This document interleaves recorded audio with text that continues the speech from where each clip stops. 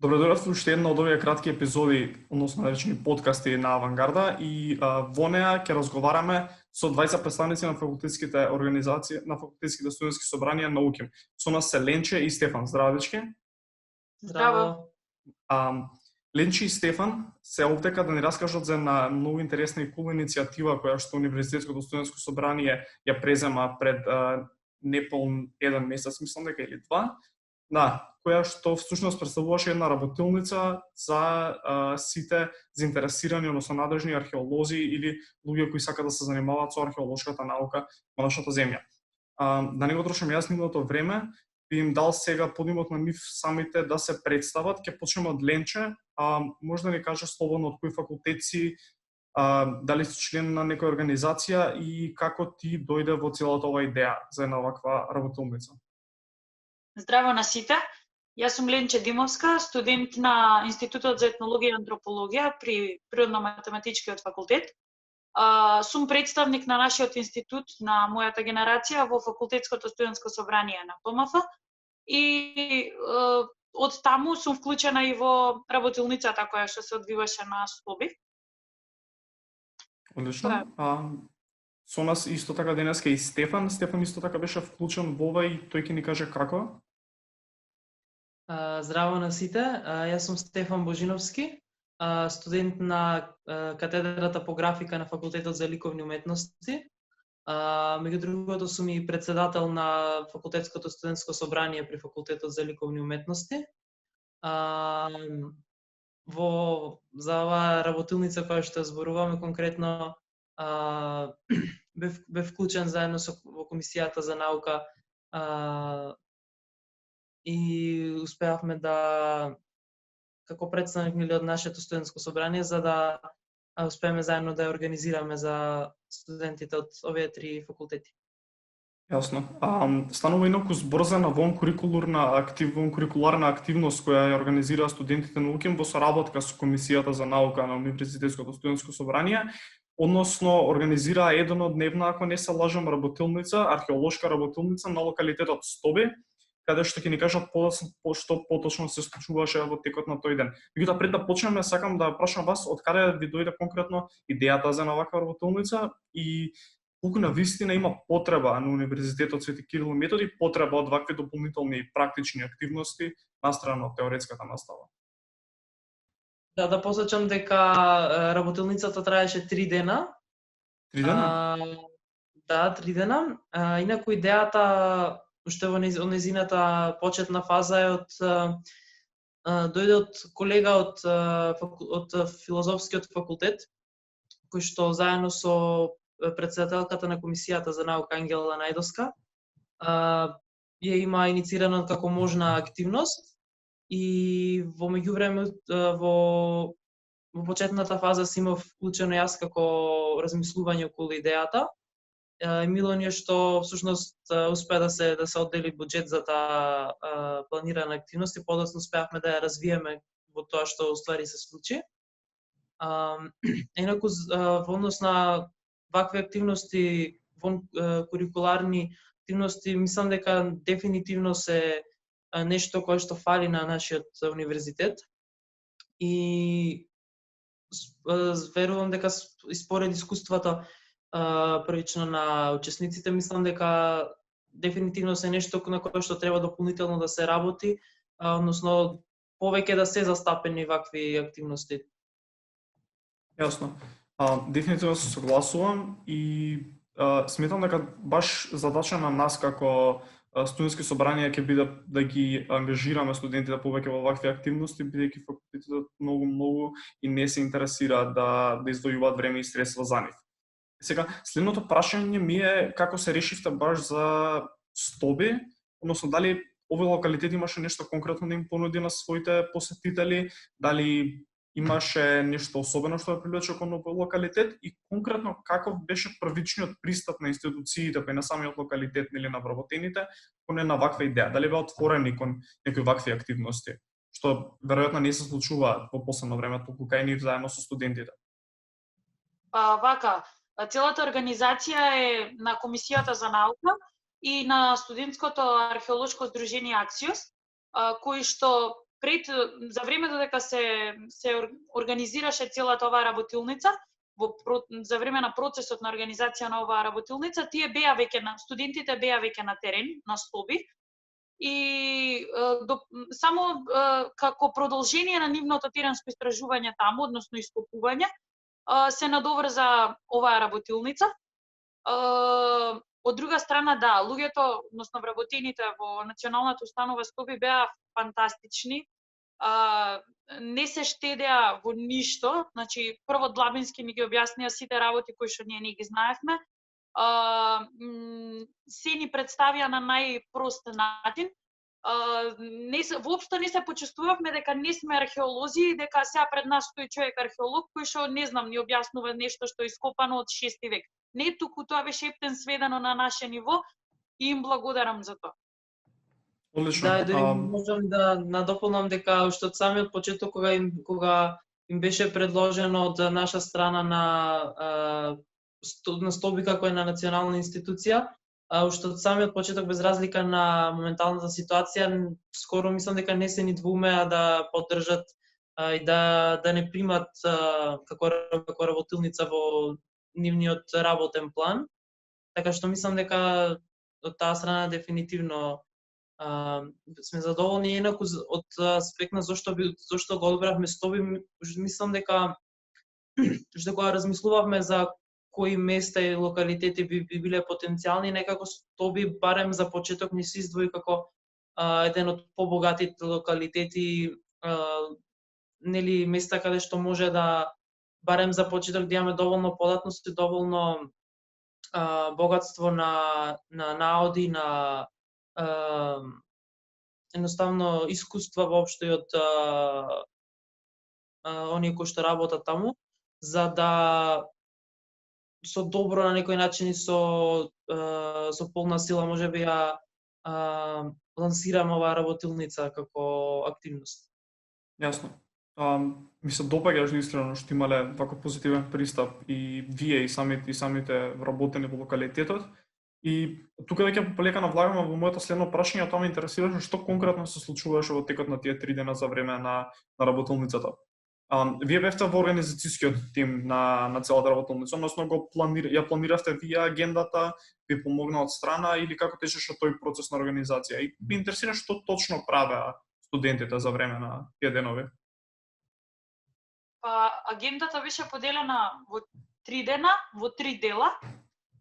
Се состоеше од теоретски дел, кој што таму на лице место беше предавање на прожектор со презентација.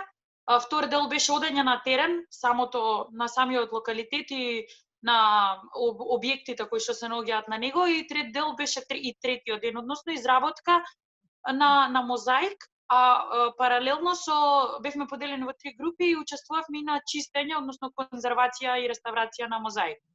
Да, агендата ја смислувавме ние. Пак ја кажам, тука присуствува и Кирил, кој што е исто така еден од поголемниот дел од работата беше негова конкретно. Студентите беа уклучени буквално во се.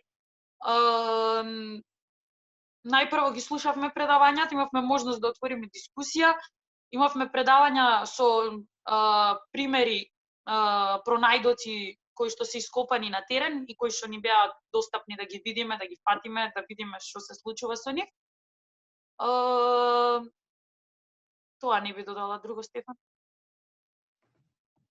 Тоа генерално, значи, беше доволно, мислам дека комбинирана агендата со тоа што имавме, нели, и дури самите предавања би дополнил дека не беа некои статични предавања, затоа што по големиот дел дури имавме, кој што спомна Ленче, надоврзување на конкретни примери, бидејќи бевме кон нас самиот локалитет, дури тие предавања на проектор ни беа придружени од гледање, допирање, зборување за конкретни предмети кои што беа таму во тој момент.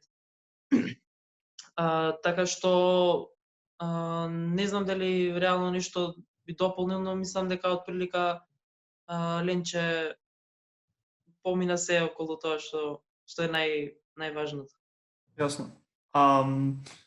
Било ми е што сте имале стварно испланирано на исполнета агенда, бидејќи колку што разговаравме со оние студенти кои ги праша некој за фидбек, односно како се чувствувале на време на работилницата, навистина споделија дека било на забавно искуство што го немале досега, односно барем не очекувале дека ќе го добијат на нивниот факултет кој генерално се фокусира на проста теорија, нели науки. Ме интересира што мислите вие, каков беше интерес пред се на студентите да присуствуваат на работилницата и дали мислите дека ќе се задржи некој таков интерес за нешто слично во иднина? Дали на пример имаше простото прашање ми е дали доволно студенти се приклучени на оваа работилница за да сметаме дека да, ова е навистина потребно и дека доколку нешто повторно организирате вакво во иднина, повторно ќе се вклучат голем број на студенти бидејќи им недостига. Па вака, поради целата ситуација во која што моментално се наоѓаме, пандемијата, бројот на учесници беше сведен на по 5 учесници од сите 3 факултети, меѓутоа се течеше преку онлайн пријавување, каде што за жал беше потребна одбивање на студенти и се вршеше селекција, предност им се даде на повозрастните студенти, а секако помалите тоа можеме да го искусиме наредната година. Така што да, потребно е нешто вакво. Прво поради бројката на пријавени, второ поради бројката на која што допрва до годинава има нови студенти кои што пак би се пријавиле и најглавно поради тоа што 3 различни факултети, навидум различни, се споени во едно.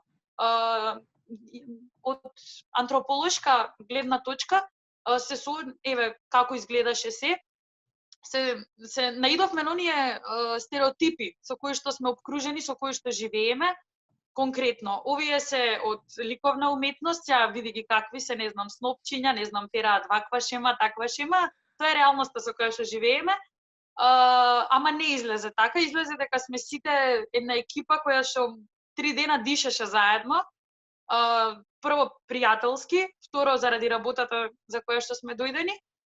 И беше убаво, стварно. Студентите од археологија не прифатија, пак ќе кажам, исто како и вработените на Стоби, не прифатија на начин како да сме секој ден со нив.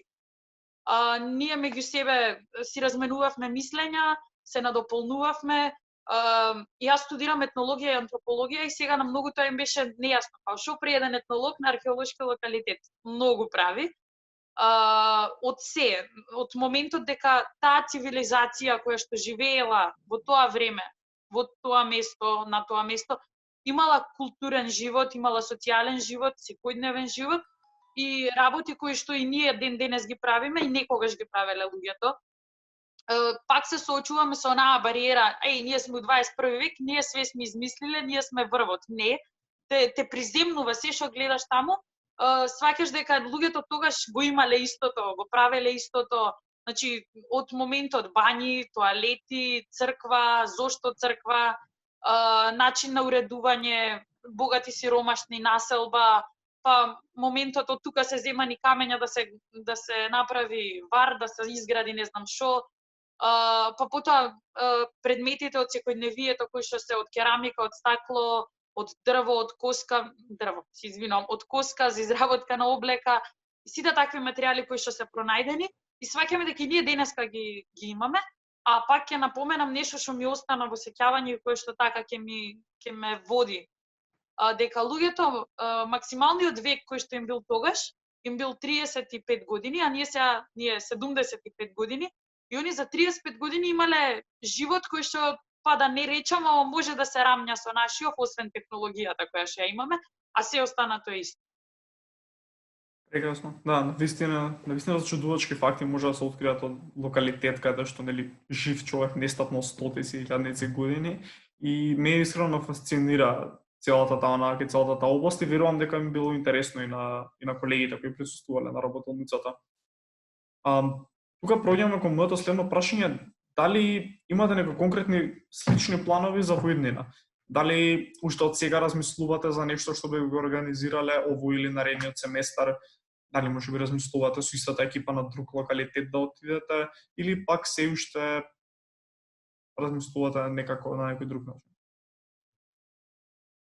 Искрено идејата за оваа работилница беше токму што од почетокот да стане една традиција и да остане секоја година да се одржува и да се зголемува.